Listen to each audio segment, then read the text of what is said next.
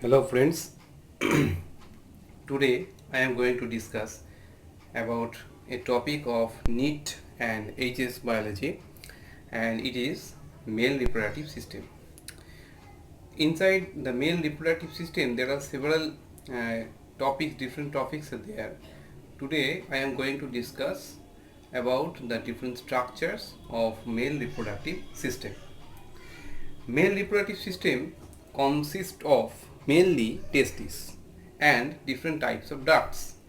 You can see here there are seven and eight types of organs are there inside the male reproductive system, in which the most important one is the testis. So here we can see a diagram of testis. Testis is the primary reproductive male reproductive organ, and if we dissect out a testis we can find these type of structures are there. So testis is covered from outer side to inner one by three connective tissue uh, coverings, which are tunica vaginalis, tunica albuginea and tunica vasculosa.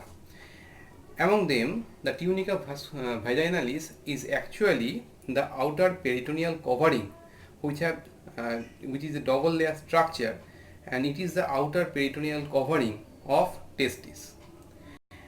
After that, there is tunica albuginea, and tunica albuginea is another connective tissue layer which covers the male reproductive system testis and divides it into separate columns, and these are known as vertical columns.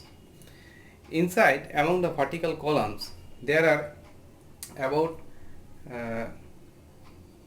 200 to 300 vertical columns are there inside the testis, and there are about 900 to 1000 yellowish seminiferous tubules are there inside the testis. So the tunica albuginea there actually divides the testis into different vertical columns, and inside those columns these red ones represent the seminiferous tubules. The seminiferous tubules are minute tubules, so they are named as tubules. They are minute forms of tubes, so they are not known as tubules, which have different layers of maturating sperms. So sperm is the last product of maturation of spermatic cells. Among the spermatic cells, it starts with maturating spermatogonia, and from spermatogonia it actually descends or gradually matures into spermatozoa and ultimately into sperm.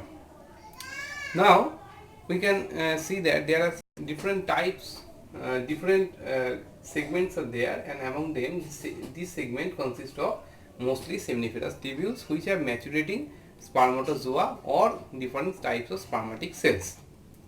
Now there are hormonal regulation of these seminiferous tubules.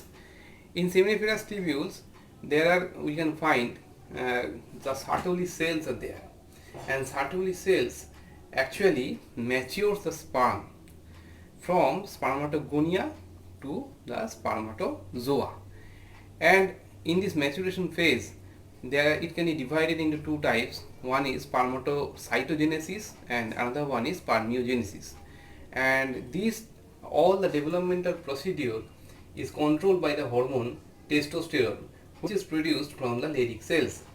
So inside the Sertoli cells there are maturating spermatic cells are there, and Leydig cells are actually present outer the seminiferous tubules, and from there inside the Leydig cells testosterone is produced with the help of the hormone LH, which is secreted from pituitary gland, and due to the secretion of LH, it stimulates Leydig cells to secrete testosterone. So obviously Leydig cells stores some different types of lipid droplets inside it, and testosterone stimulates the Sertoli cells to produce two types of hormones. One is androgen binding protein and another one is inhibin. Sorry, not testosterone, FSH. FSH stimulates Sertoli cells to produce ABP, and that means androgen binding protein, and inhibin from Sertoli cells. So it has, and Sertoli cells have FSH receptor in it. Now the ABP, androgen binding protein, can bind the testosterone hormone, and it helps, the testosterone helps Sertoli cells to form or to mature the spermatozoa or the spermatic cells into spermatozoa. And when optimum amount of testosterone is produced, then it also secretes, the Sertoli cells also secretes inhibin, and inhibin actually inhibits the FSH and LH secretion, which stimulates the testosterone secretion. So this is a negative feedback mechanism by which the testosterone mechanism of testosterone secretion is regulated. Now this is the structure of testis. This is the complete structure of testis. So inside testis there are several seminiferous tubules. Inside them there are Sertoli cells, Leydig cells, and there were hormonal regulation there, and these hormonal regulations actually forms the spermatogonia to the spermatozoa. Now there are several other types of structures are there, and some tubules are also there, tubes are there in male reproductive system. Next one is scrotum. So this is the scrotum, and scrotum have several septum in it, and this is all known as septum scroti. Beside this, tunica dartos and several dartos muscles are there inside the scrotum, and scrotum, inside the scrotum, the testis is actually resides inside the scrotum. That means the scrotum is a sac, and in the sac the testis resides, and the testis resides or rests upon a layer which is known as gubernaculum. The third layer is gubernaculum, which is actually the layer where the testis resides. So scrotum is actually a sac-like structure or bag-like structure where the nerves and the blood vessels are there, and also the testis also remains or rests upon there. Next, there is inguinal canal. So inguinal canal is formed due to the testis actually remains inside the abdominal cavity during fetal condition, and when fetus gradually matures, then the the testis descends through the from the abdominal cavity inside the scrotum, and during this descending procedure a canal remains which is known as inguinal canal, and otherwise the other regions are actually filled with connective tissue, and this region, this inguinal canal, have the spermatic cord, or through which, this is the spermatic cord through which different nerves or blood vessels actually communicate between abdomen and the testis. So testis is descended from the abdomen, and it maintains its connection with abdomen through inguinal canal and spermatic cord inside it. When intestine comes into the inguinal canal and forms a anomaly inside our body or disease inside our body, which is known as inguinal hernia. So this is a separate condition. Next one is cryptorchidism. Its most important question comes from here. It is cryptorchidism. Cryptorchidism means that during fetal condition, normally the testis descends from the abdominal cavity towards the scrotum, but in some cases it remains inside the abdomen after birth, and in this condition it is known as cryptorchidism. That is, the testis remains inside the abdominal cavity after the birth. This is known as cryptorchidism. Next, there are different types of layers are there. So actually we are discussing about the testis. Now this region, the seminiferous tubules are collected by another tubules known as reti testis. So reti means a meshwork like region, a net-like region which is present near the testis. This is known as reti testis. from retitestis there is another region which is known as vasa efferentia. So this is epididymis and this is the vasa efferentia.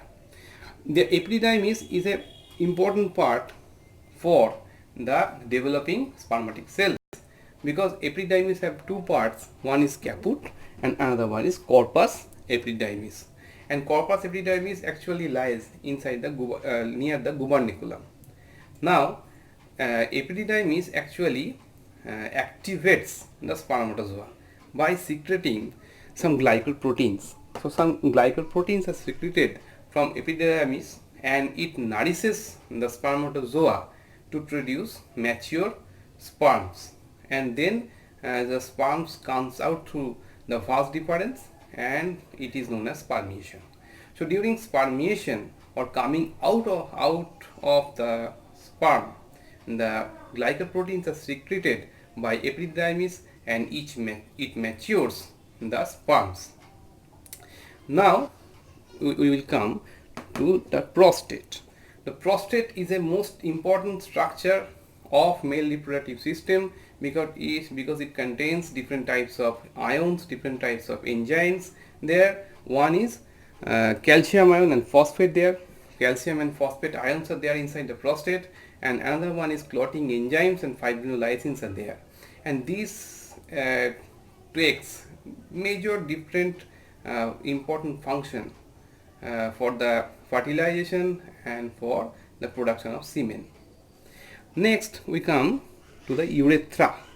Urethra is a common tube which also have urinary part and it also have reproductive part.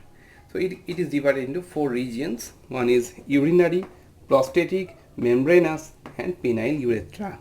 So through urethra, the sperm and the urine both are transported inside the urethra. So inside the urethra there are several muscles are there and urogenital ducts are there, and it ultimately also functions as a excretory genital duct. Now we come to the Cowper's gland. Each actually secreted large amount of mucus to produce a semen, and it produces the characteristics of the semen.